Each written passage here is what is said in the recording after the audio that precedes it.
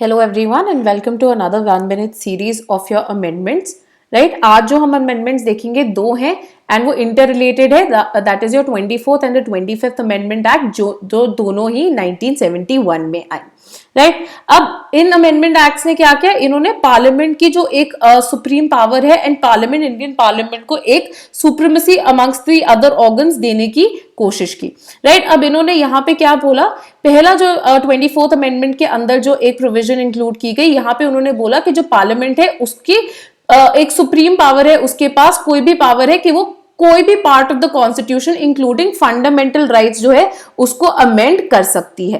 Right साथ ही में उन्होंने ये भी कंपलसरी कर दिया कि अगर कोई भी कॉन्स्टिट्यूशनल अमेंडमेंट बिल जो है जो पार्लियामेंट में पास कर दिया जाएगा, it will become compulsory for the president to give his assent to this constitutional amendment bill. Right अब जो 25th अमेंडमेंट एक्ट है जो कि अगेन इससे रिलेटेड है, यहां पे उन्होंने स्पेशली जो आपका फंडामेंटल राइट टू प्रॉपर्टी है उसको कर्टेल करने की कोशिश की.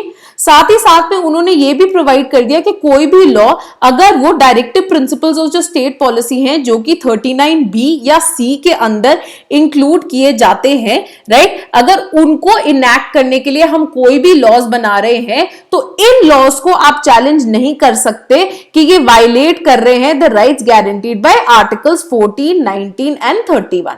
राइट बेसिकली ये जितने भी DPSPs है ये एक egalitarian सोसाइटी बनाने की कोशिश कर रहे थे and the idea of social and economic justice को फुलफिल करने की कोशिश कर रहे थे.